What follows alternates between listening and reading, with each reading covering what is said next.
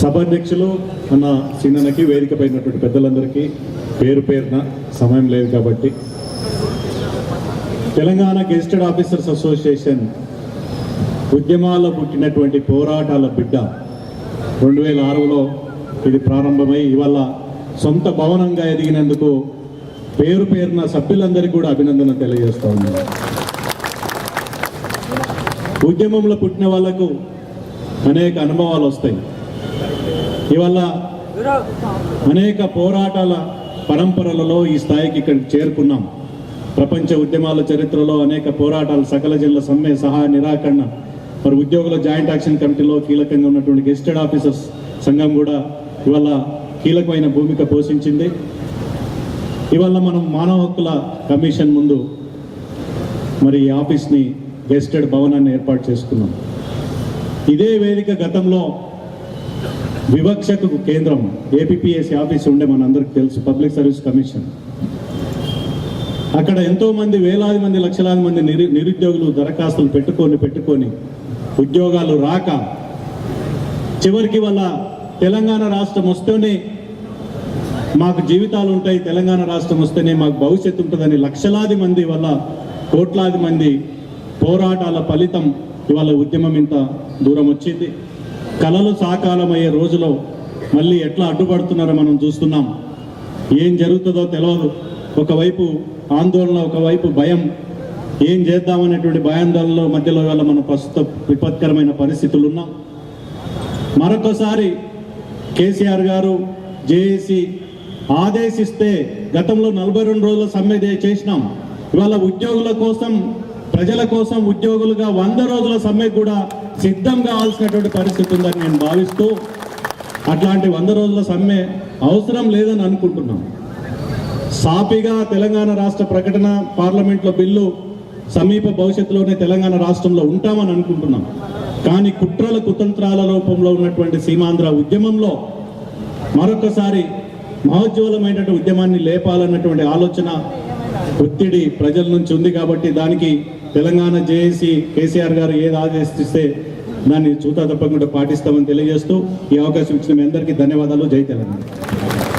ఇప్పుడు టీఎన్జిఓస్ అధ్యక్షుడు అన్న దేవప్రసాద్ గారిని మాట్లాడాల్సి కోరుతుంది. సభాధ్యక్షులు తెలంగాణ గెజిటెడ్ అధికారుల సంఘం రాష్ట్ర అధ్యక్షులు శ్రీనివాస్ గౌడ్ గారికి, ప్రధాన కార్యదర్శి ఏలూరు శ్రీనివాస్ గారికి, వేదిక మీద ఉన్నటువంటి కేసీఆర్ గారికి, మిగతా గౌరవ పెద్దలకు అందరికీ, తెలంగాణ గెజిటెడ్ అధికారుల సంఘం రాష్ట్ర నాయకులకి, టీఎన్జిఓ నాయకులకి, మొత్తం జేఏసీకి సంబంధించినటువంటి సభ ఇది.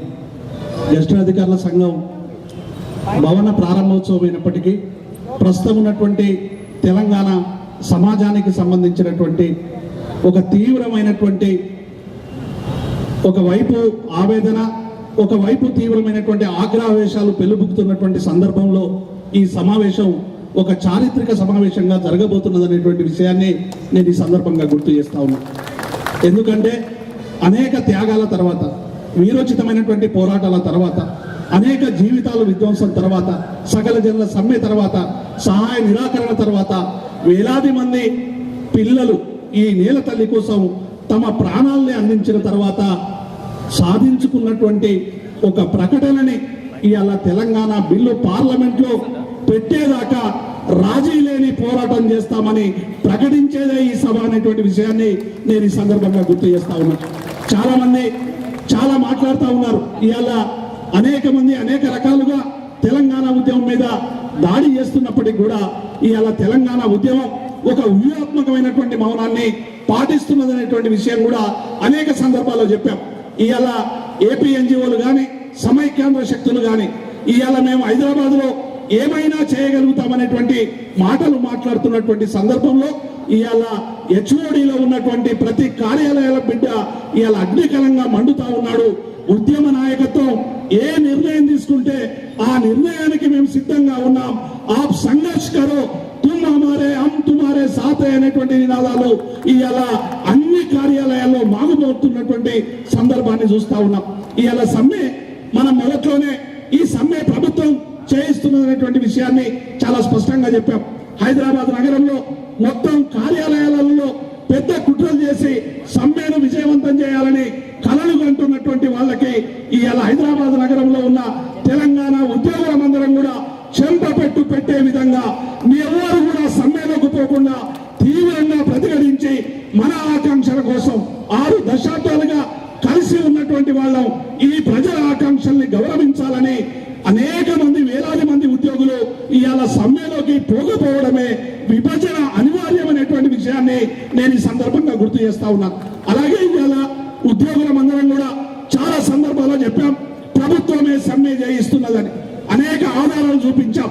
సకల జనుల సమ్మె జరిగినప్పుడు, సహాయ నిరాకరణ జరిగినప్పుడు తెలంగాణ ఉద్యోగుల్ని అణచడమే ఒక సహజ ప్రక్రియగా మారిన ఈ రాష్ట్ర ప్రభుత్వ చర్యల్ని అనేక సందర్భాల్లో మనం ఎండగట్టాం.